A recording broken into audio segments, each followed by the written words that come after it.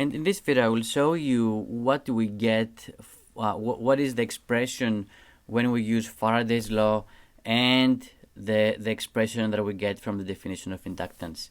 So we have already seen, okay, we know what Faraday's law looks like.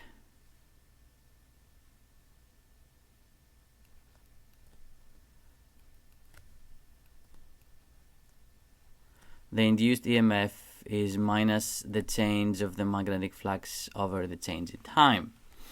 Now, this will be the induced EMF in loop 1.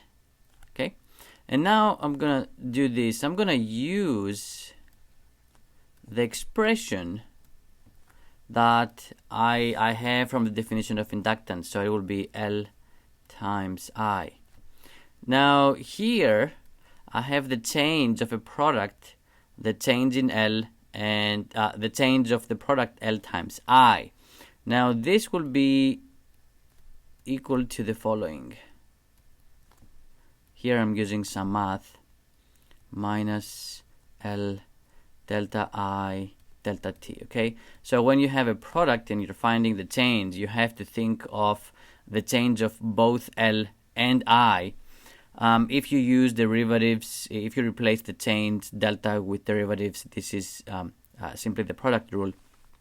In any case, the important thing is that L is a constant. Okay, the inductance L is a constant. It does not change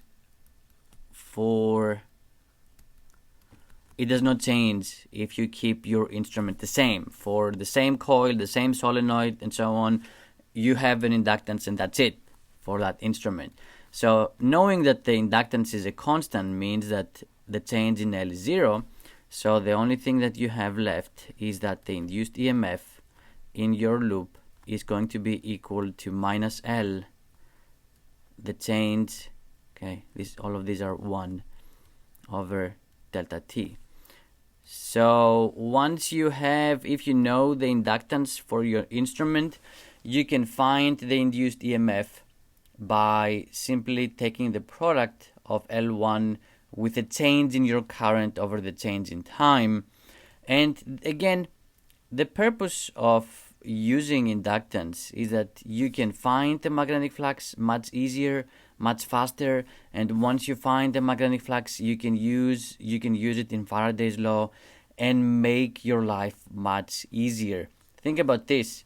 In all of the work that we've done with Faraday's law, we had to use Biot-Savart's law, we had to use the definition of the flux, we had to apply the Faraday's law. Once we had the flux, that was again a lot of work, but if you have the inductance, you can go almost straight from the current I1 to the induced EMF. So you can see the connection between the two concepts here, I1 and EMF1. You can go straight from here to here. It does make the calculations much more efficient. It is important to keep in mind, though, when we do that, okay, when we use the inductance, we do miss a lot of the interesting physics. Okay, there is Faraday's law is extremely interesting conceptually about how nature works. But if you're interested in doing a lot of calculations fairly fast, fairly efficiently, this is the way to do it. But remember though, the inductance is useful for calculating the induced EMF in the same loop. Okay, remember, all of the things that I've said apply for one loop, for one instrument, for one object. Okay, the change in the current in this object times the inductance of this object can give you the induced EMF in the same object.